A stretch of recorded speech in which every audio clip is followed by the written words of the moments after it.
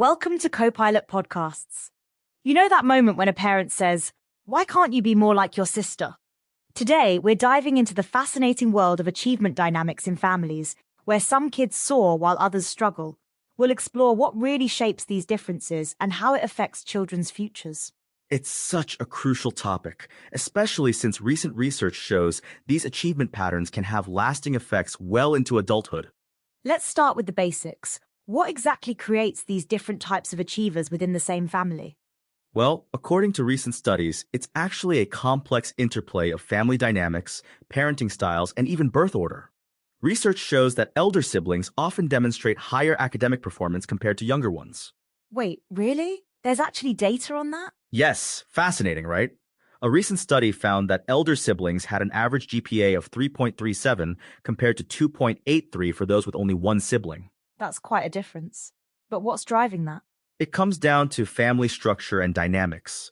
The firstborn often gets more undivided attention during their early years, and they frequently take on teaching roles with younger siblings, which reinforces their own learning.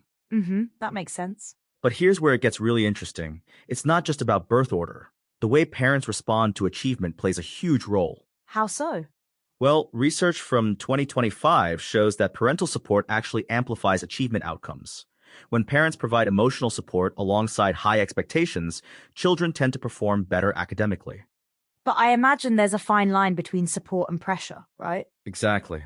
Let me share an interesting example, the case of Itzhak Perlman, one of the greatest violinists of our time. Oh, what happened there? He described his early musical education as a triangle of hell because of excessive pressure from his parents and teacher. It wasn't until he reached Juilliard that he was encouraged to be more expressive and self-reflective. That's pretty intense. And it highlights a crucial point. Excessive pressure can actually harm achievement rather than help it. Speaking of pressure, let's talk about the gifted label. That seems to create its own set of challenges. Oh, absolutely. This is where things get really eye-opening. A 30-year study by British psychologist Joan Freeman found that children labeled as gifted by their parents ended up having significantly more mental health struggles.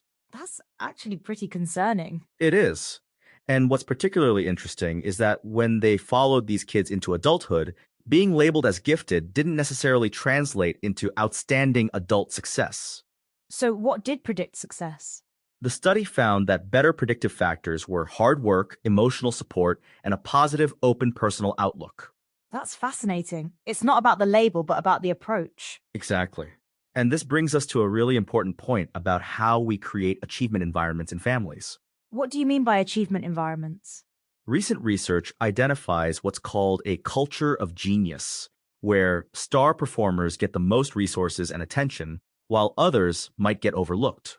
And I'm guessing that's not ideal. Not at all. It can create a fixed mindset where some children believe they just don't have what it takes. You mentioned mindset. That seems important here. It's crucial. A 2025 study across 76 countries found that a growth mindset, believing you can improve, combined with parental support led to better achievement outcomes. That makes sense. Support plus belief in improvement. And what's particularly interesting is how this varies across cultures. Oh, really? How so? The study found that the positive effects of parental support were actually stronger in more collectivist cultures, where family ties are particularly emphasized. That's really interesting. Let's talk about the pressure aspect, though. It seems like it's increasing. Yes, and the numbers are quite striking. A recent survey found that 83% of parents felt their children's academic success reflected on their parenting. Wow, that's a lot of pressure on both sides. And 87% of those same parents wished childhood was less stressful for their kids. It's this fascinating paradox. So what's the solution? How do we support achievement without creating unnecessary pressure? Research suggests it's about creating what's called a culture of growth rather than a culture of genius. Can you explain the difference? In a culture of growth, the focus is on improvement and effort rather than innate ability. It's about celebrating progress rather than just end results. That sounds healthier. And it leads to better outcomes. Studies show that when families focus on progress rather than perfection, children develop better coping skills and resilience. But how do parents actually implement this in practice? It starts with recognizing that every child has their own path. Remember the Perlman example? Now, in his own teaching, he focuses on helping each student become their best self rather than competing with others. That's a beautiful approach. And it's supported by research. Studies show that when parents focus on individual growth rather than comparison, both achievement and mental health improve. Let's talk about the role of failure in all this. That's actually crucial. Research indicates that how families handle failure can significantly impact achievement patterns. How so? When families view failure as a learning opportunity rather than a reflection of ability, children are more likely to persist and ultimately succeed. That makes a lot of sense. And here's something interesting. This approach actually helps both high and low achievers in the family. How does that work? High achievers learn to handle setbacks better, while those who struggle feel more supported in their efforts to improve. So it's really about creating a balanced environment. Exactly. The research consistently shows that balance is key. High expectations coupled with high support. As we wrap up, what's the main takeaway for families? The key is understanding that achievement isn't a fixed trait. It's a process that can be nurtured with the right support and mindset. And it looks different for each child. Precisely. Success isn't about being the best, it's about becoming your best. That's a powerful message to end on.